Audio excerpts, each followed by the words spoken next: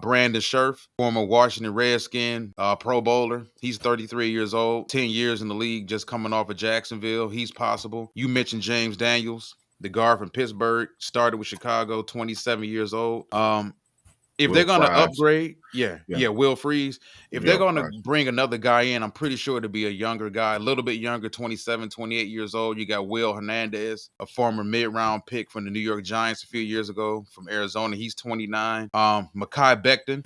Yeah, Mekhi Becton is interesting. He's a very interesting name because he's only 25, man. And he hasn't played a lot of football because he had injuries early on in his career, but the Eagles turn things around for him. You know, if he can stay healthy, they might keep him. They might keep him. Exactly. And he made that transition from left tackle with the Jets to playing guard for the Philadelphia Eagles, and he was one of the better guards in the NFL this season. So it's so difficult, man, to tell with the guard position, I think, in free agency. Just what Marcus said. I totally agree with him. I would draft a new one too, man. I mean, if we did our guard definitely. Show from Gray Zabel to but I think Gray Zabel could be just an out. He good enough to be a left tackle to me.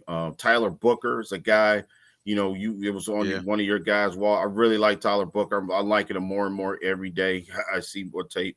And then the kid from Arizona, I can't pronounce his name, Savania, him. You know, that's another guy. So, yeah, I agree. I agree with Marcus a lot. I think that, and if you do draft one of these high-end guys, I think you could plug him in and play.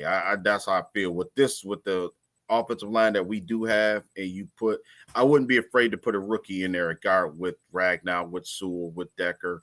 You know what I'm saying? With Chris Mahogany. I think in this draft coming up, I mean, I know this is a free agency. So offensive line, from what I've seen so far, offensive line and defensive line is loaded, man, where you could really change the fortunes of your team, you know, with a couple picks, man. This could be the year that, you know, the Lions it'd be nice to hit on the starter. You know, if we got an offensive line, if we did go that route, no matter who the player is, it would just be nice if we hit on this guy, man. You know what I'm saying? And you can plug him in there at left guard or right guard, however you're going to shuffle these guys around, and he's the guy, you know, that's going to start for you. You don't want to see him start. So if I had to end it with that, I mean, I love free agency, just getting ready to start. The combine walk's coming up next week. Very intriguing. Yeah. And, you know, but he's still young, and you're not going to pay him much. I don't know if we would necessarily pay him because, you know, where does he really fit? Like, we got a Montgomery already with him, but you know how Dan Campbell and Brad Holmes feel about this team. They'll upgrade any position group on his team. But before we get out of here, speaking of that, I just want to bring one more thing up to you. And it's like, isn't that what a backup quarterback should do? Like, when he's not playing, right? He should be on the sideline. So he's doing exactly what he should be doing right now. So you can answer your question. No, I don't want Zach Wilson. I want Hendon Hooker to continue to develop. And then this is what I foresee for him. He's fine. You know what I'm saying?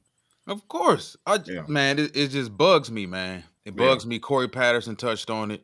Chris Bird touched on it, man. Like I said, I've never seen a fan base spread across the league that just hates the backups. I'm not saying this entire fan base, but like Chris Bird said, Corey Patterson said, like, our fan base is kind of split down the middle, and we don't want to make everything about a racial situation. In general, the way I hear black people talk about Hendon Hooker in regards to how white people, in comparison to how a lot of white people talk about him, there's always this notion of, well, he's not smart enough. Oh, he doesn't know the offense yet. He can't start. What makes you think it takes 3 years for him to learn the damn offense? And there's always these little subtle shots at black quarterbacks. Well, I don't know if he's smart enough to learn our offense. Well, I don't think he knows really what to do. We always stupid. We always can't understand anything. And that's complete BS. And like Chris Bird, like Corey Patterson said, there's a section of this fan base.